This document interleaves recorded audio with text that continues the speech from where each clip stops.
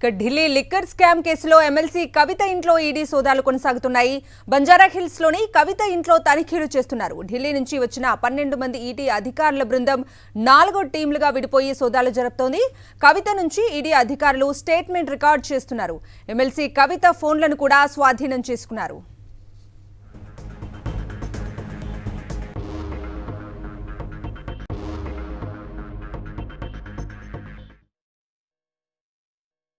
ED ఇచ్చిన undertaking లోబడే వాళ్ళు ఇవాళ పనిచేస్తున్నారని మేము అనుకుంటున్నాం. We're assuming.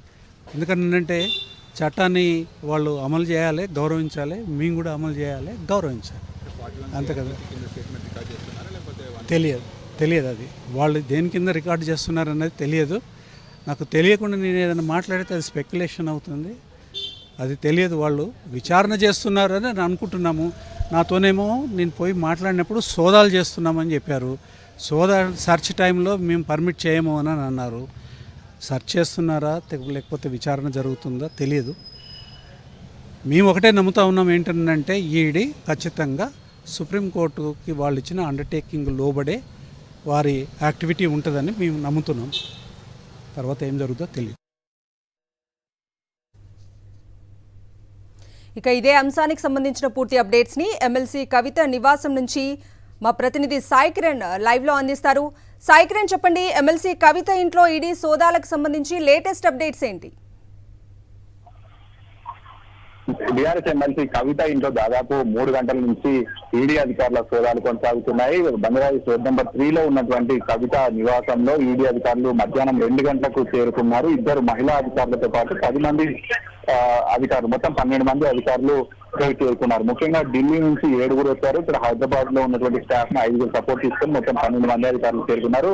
ఆ సమయంలో లోపల ఉన్నటువంటి వ్యక్తులను బయటకు రానియకుండా కేవలం అక్కడనే ఉంచినటువంటి పరిస్థితి. ఆ తర్వాత వారందరికీ కూడా వారి దగ్గర ఉన్నటువంటి సెల్ ఫోన్స్ అన్ని కూడా స్వాధీనం చేసుకున్నారు. అలాగే కొన్ని కీలక పత్రాలను కూడా స్వాధీనం చేసుకున్నారు. సో దాదాపు గంట నుంచి కూడా కవిత స్టేట్మెంట్ ను కూడా రికార్డ్ చేస్తున్నటువంటి పరిస్థితి మనం చూస్తున్నాం. సో ఇప్పటికే మనం చూసాం, ఢిల్లీ లిక్కర్ స్కామ్ ఎంతో సంచలనం సృష్టించింది అనేది కూడా తెలుసు.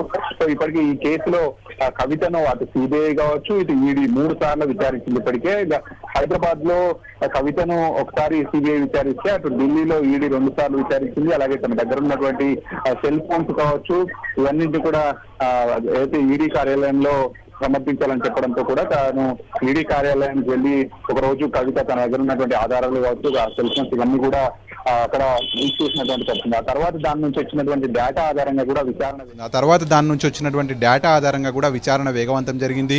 గతంలో ఒకసారి కవితకు 160 సిఆర్పిసి కింద, అంటే కేవలం సాక్షిగా మాత్రమే స్టేట్మెంట్ రికార్డ్ చేశారు అప్పట్లో. కానీ ఇప్పుడు మొన్న 41 సిఆర్పిసి కింద కూడా తనకు నోటీస్ ఇచ్చారు. అంటే నిందితులకు ఇచ్చేటువంటి నోటీసు కూడా తనకు ఇవ్వడం జరిగింది. సో ఆ తర్వాత ఈడీ ఎన్నిసార్లు నోటీస్ ఇచ్చినా కూడా సుప్రీంకోర్టులో తన కేసు ఉందని చెప్పి, అలాగే ఇటు పార్లమెంట్ ఎలక్షన్ షెడ్యూల్ కూడా ఉంది కాబట్టి తను విచారణకు హాజరు కాలేను అంటూ కూడా తను కవిత చెప్పడం జరిగింది, అయితే రిప్లై ఇవ్వడం జరిగింది ఈడీ అధికారులు. కానీ ఏదైతే సుప్రీంకోర్టులో ఉన్నటువంటి కేసు ఏదైతే మహిళలను ఇంట్లోనే విచారించాలి అనేటువంటి కేసు కాబట్టి, సో ఇంటికే వచ్చి విచారించాము అనేటువంటి అయితే చెప్తున్నారు. సో ఒకవైపు అండర్టేకింగ్ని కూడా ఈడీ అధికారులు సుప్రీంకోర్టులో ఇచ్చిన దాని ప్రకారం మాత్రమే చేస్తున్నామని చెప్తున్నారు. ఎక్కడ కూడా అటు అరెస్ట్ కావచ్చు ఇట్లాంటివి ఏవి చేయకూడదు అని చెప్పి ఒకవైపు బీఆర్ఎస్కి సంబంధించినటువంటి లీగల్ టీం కూడా చెప్తుంది. ఎందుకంటే ఒకవేళ అరెస్ట్ చేస్తే మాత్రం అది కంటెంప్ట్ ఆఫ్ ద కోర్ట్ అవుతుంది. ఎందుకంటే ఇప్పటికే సుప్రీంకోర్టులో కేసు నడుస్తుంది కాబట్టి విచారణ కావచ్చు, సోదాలు ఇవన్నీ కూడా చేసుకోవచ్చు, కానీ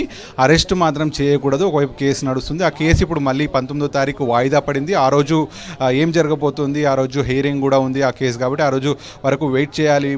కానీ అటు ఒకవైపు ఈడీ అధికారులు ఈ విధంగా రావడం కావచ్చు, ఈ విధంగా ఒకసారి నోటీసులు ఇచ్చి విచారించడం, ఇదంతా కూడా అప్రజాస్వామికమని ఒకవైపు కవిత తరపున మద్దతుదారులన్నీ కూడా చెప్తున్నారు. సో మరి ఏం జరగబోతుంది అనేది కూడా చూడాల్సింది. దాదాపు 3 గంటల నుంచి కూడా ఈ లిక్కర్ స్కామ్ సంబంధించినటువంటి దాంట్లో ఈడీ అధికారులు మనీ లాండరింగ్ కింద ఉన్నటువంటి చట్టాల కింద కవిత స్టేట్మెంట్ అయితే రికార్డ్ చేస్తున్నారు. మరోవైపు సోదాలు చేస్తున్నారు, కొన్ని కీలక పత్రాలు స్వాధీనం చేసుకున్నారు. మరి 3 గంటలు గడుస్తుంది.